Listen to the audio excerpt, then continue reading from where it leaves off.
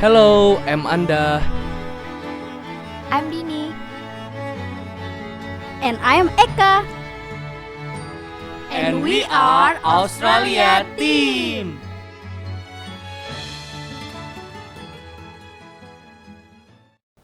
Example for real case. San Diego Corporation as US corporations own 40% of the outstanding common stock of Franco Ltd as a French company. Franco's financial statement for the year ended 2014 are here the balance sheets and here the income statement. This is exchange rate information. Required for A. Which statement should be translated or remeasured? For B. Providing scheduled derivation of all computed numbers. And C. Present necessary journal entry. Solution for part A. The functional currency used by Franco is the French franc. Annual adjustment between a foreign functional currency and the US dollar are translation adjustment.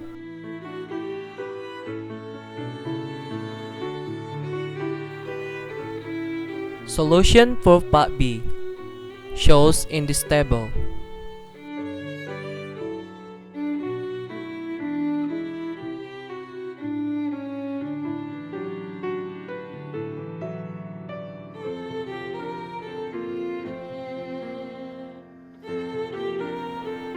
This is solution for part C.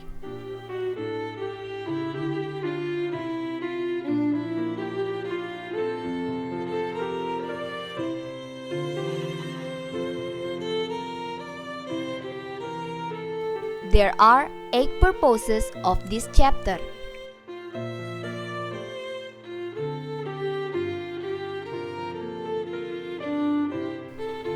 Foreign currency translations. Translation is a process of restating financial information from one currency to another currency. Example, Canadian important in CAD, purchasing China in CYN, this currency must be translated. Reasons for translations. Prepare a consolidated financial statement. Recording foreign currency transaction. Measuring exposure to the current effect and communicating with foreign audience. Background and terminology. Foreign currency translation is used to convert the result of parent company foreign subsidiaries to its reporting currency. The steps in this translation process are as follows. First, determine the functional currency. Second, remeasure the financial statement into the reporting currency of the parent company. Third, record gains and losses on the translation of currencies.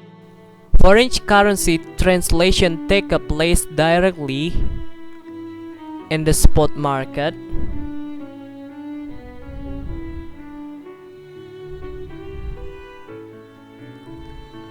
in the forward market,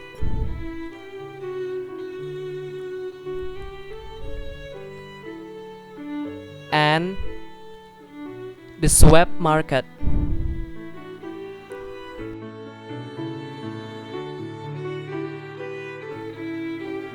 Term and definition. For term and definition shows in this table.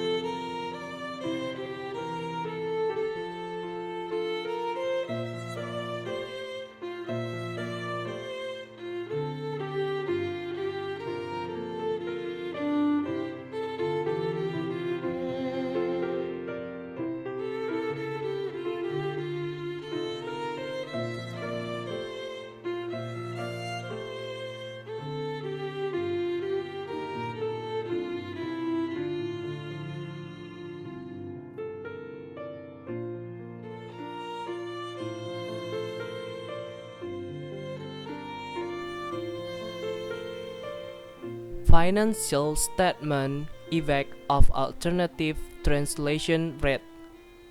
Three following exchange rate can be used to translate foreign currency. First, current rate. Second, historical rate.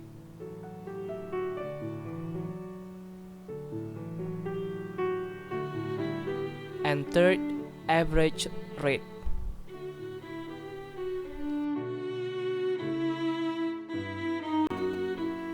Example: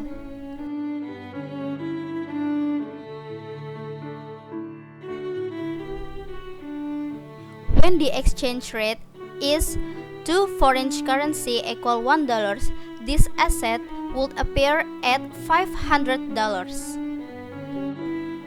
Now assume that exchange rate changes to 4 foreign currency equal $1 by the next financial statement. Will the US dollar equivalent changes to $250? It will not. As long as we translate the currency at the historical rate, it will appear at $500. Use of historical exchange rate shield financial statements from foreign currency translations, gains or losses.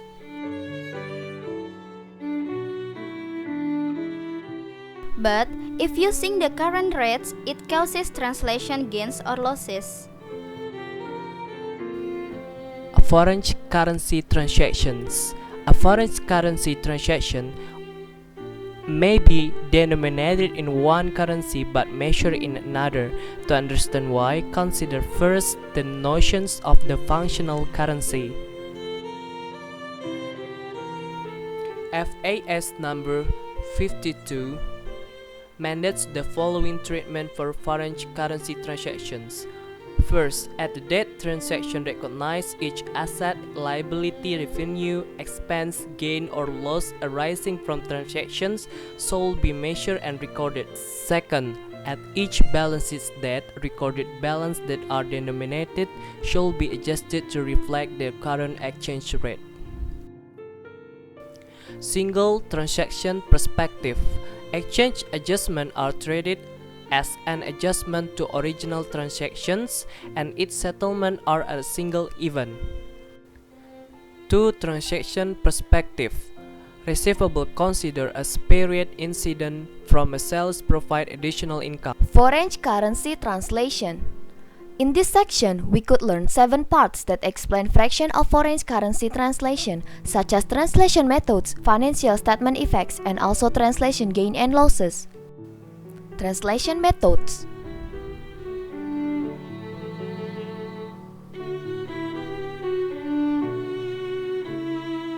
These translation methods can be classified into 2 types. First, single rate methods.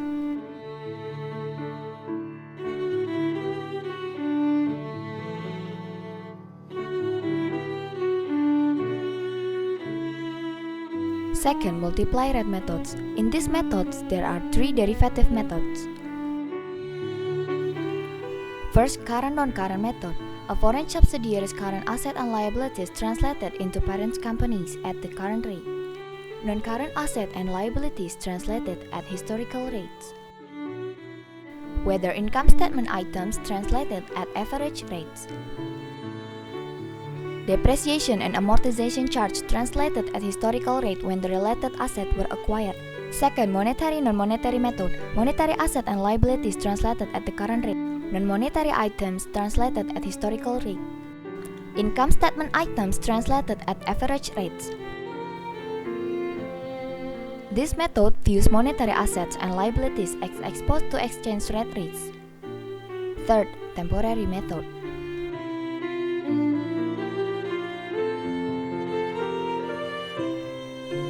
In this method, monetary items translated at the current rate. Non-monetary items translated at rates that preserve their original measurement basis. Financial statement effects. First, under the current rate method.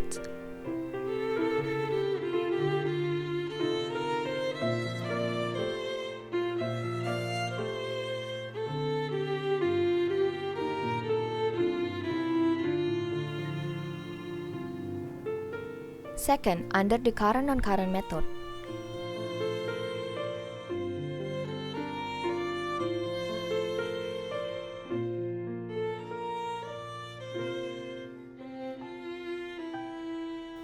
Three, under the temporal principle.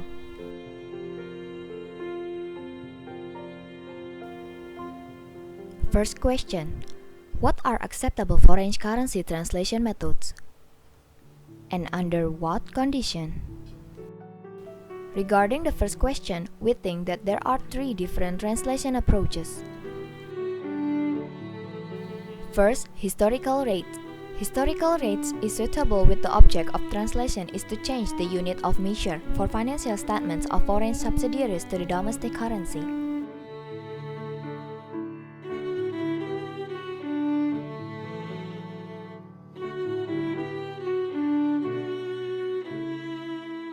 Second, current rates. Current rates is useful when the accounts of an independent company are translated for the convenience of foreign stockholder or other external user groups. Third, no translation. No translation is necessary when financial statements of independent companies are issued for purely informational purposes to residents in another country that has a comparable national currency situation. Are there situations in which currency translation may be inappropriate? And here the answer.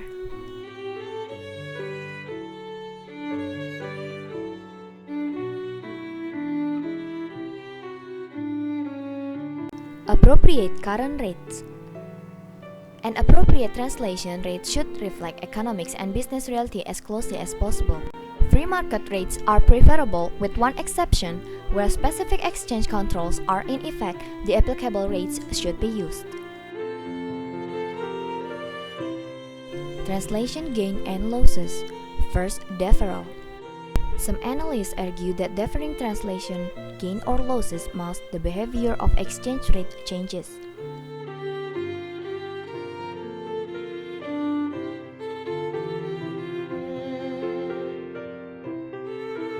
Second, deferral and amortization. Some firms defer translation gain or losses and amortize this adjustment over the life of related balance sheet items.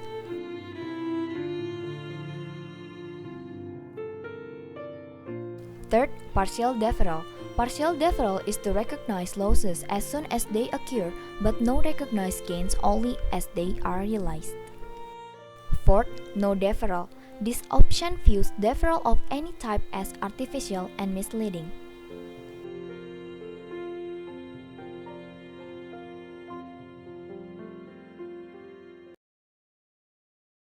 It is also can mislead statement readers. Where are we? If a local currency perspective is maintained, reflecting a translation adjustment in current income is unwarranted. Translational gain and losses reflect increases or decreases in the domestic currency equity of the foreign investment and should be recognized. Translation accounting development. In pre-1965, U.S. companies were guided by Chapter 12 and it is advocated the current non-current method. Between 65 and 75, Accounting Principle Board Opinion No. 6 allowed certain exceptions to the current non-current method. Between 75 until 81, U.S. companies subscribing GAAP by requiring the temporal method of translation. Since 81 until now, FIS number 52 was issued. Features of Standard number 52. There are two purposes of this standard.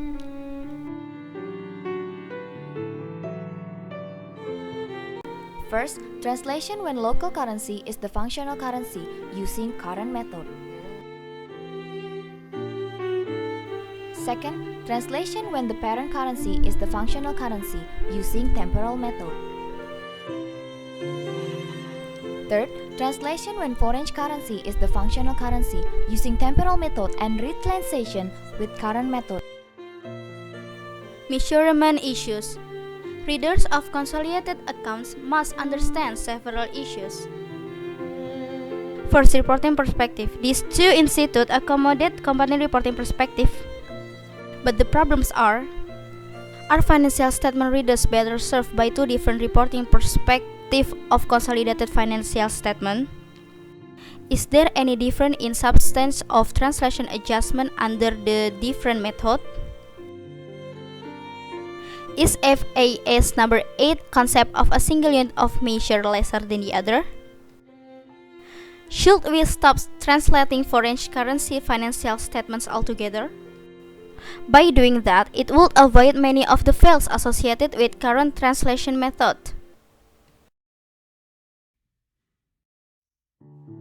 FAS number 52 is inconsistent with the theory of consolidation.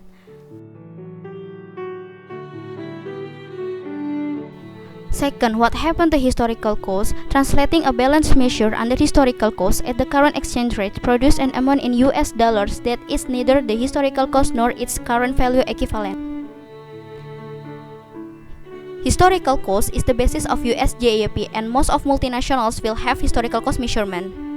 Third, concept of income, adjustment arising from the translation of foreign currency financial statement and certain transactions which made directly to shareholders' equity by passing the income statement. Fourth, manage earnings. When criteria of choice conflict and the choice can significantly affect reporting outcomes, there are opportunities for earning management.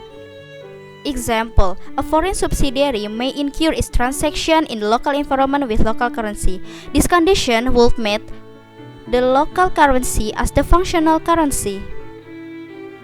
Or, the operation may be financed by the parent company, therefore the parent currency could be as the functional currency. Foreign currency translation and inflation. A country's rate of inflation and its currency's external value have an inverse relationship. So, the Financial Accounting Standard Board decided against inflation adjustments before translation. Foreign currency translation elsewhere. Now we look the foreign currency translation in other parts of the world. These three institutes are participate in FAS number 52. In Canada, gains and losses from translation are deferred and amortized. In United Kingdom, financial statements must first be adjusted to current price levels and then translated using current rate. United States using the temporal method. In Australia, revaluing non-current, non-monetary assets for subsidiaries in high inflation countries before translations. Japan required the current rate method in all circumstances with translation adjustment shown on the balance sheet. Foreign currency translation practice in Europe have narrowed as IFRS has become the reporting norm from listed European Union companies. Case study. These cases are listed on page 280.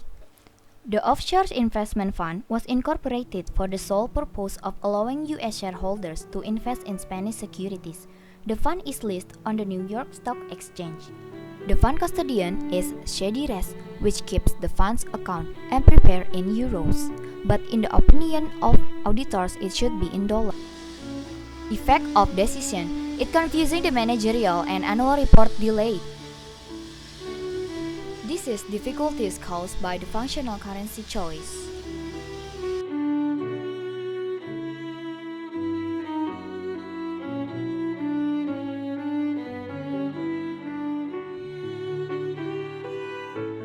And these are reasons given for choosing the dollars as functional.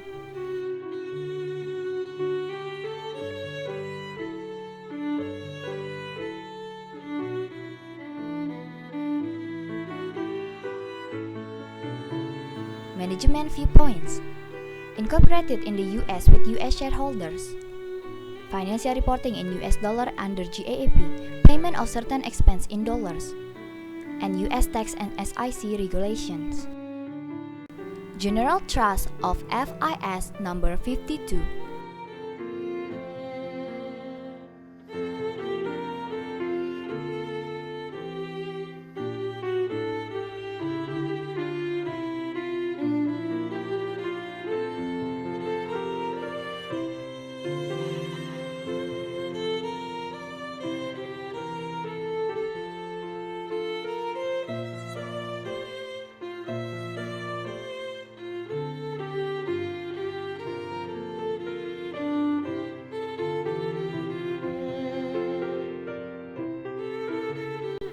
Based on the arguments presented, what do you think should be the functional currency in this case? And here the solution. We think that functional currency should be in US dollar because the fund used are listed in New York Stock Exchange. That's all our entertainment. Special thanks to Allah Subhanahu wa Ta'ala, Professor Dharma Fitri, And also our friends Kahlil Fauzan. and Our team. Thanks for watching. Bye-bye.